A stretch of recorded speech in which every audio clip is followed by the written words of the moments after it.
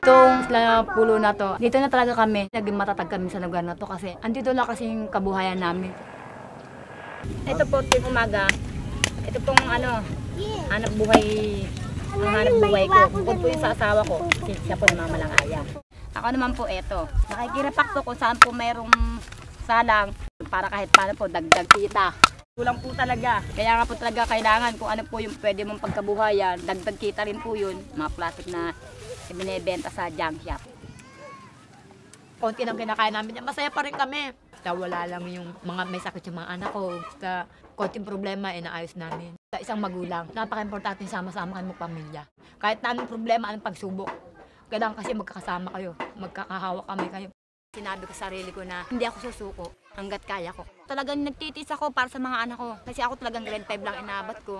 Pero talaga sinabi ko sa sarili ko na pipilitin ko silang pagtatapusin hanggat kaya namin mag-asawa. Pag-aaralin mo, papapakainin mo yung pamilya mo. Siyempre, di ba, manggagaling sa masama.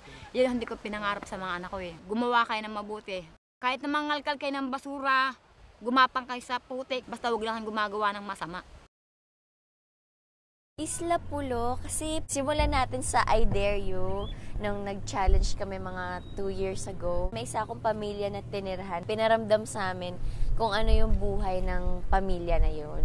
Nung kasama ko si Nanay Baby, parang nanay ko siya nung mga araw na yun. Hindi ko na siya nakalimutan after that. Isa sa mga in-admire ko sa pamilya nila. Kahit gaano kahirap yung buhay, kumpleto pa rin yung pamilya nila, masaya pa rin sila. Na kahit wala tayong pera, basta't magkakasama, masaya. Doon ako na-inspire na dapat magpasalamat ka pa rin sa kung ano meron ka ngayon. Maswerte ako na binigyan ako ng chance para makilala ang mga pamilya dito. First time ko makapunta dito.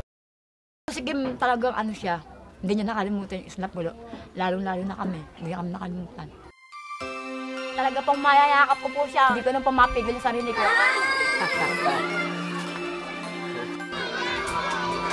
Ano ba yan? Pag nakikita tayo, nag-iiyakan tayong dalawa eh. Kumusta ka na?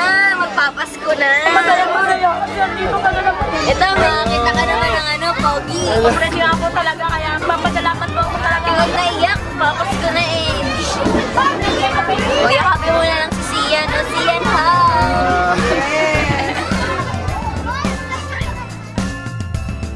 Kanilang dalawa, nagpapasalamat ako dahil wala silang tinitignan. Sana mas maging matagumpay pa kung ano man ang naabot mo ngayon. Maraming salamat at ingatan kayo ng may kapal.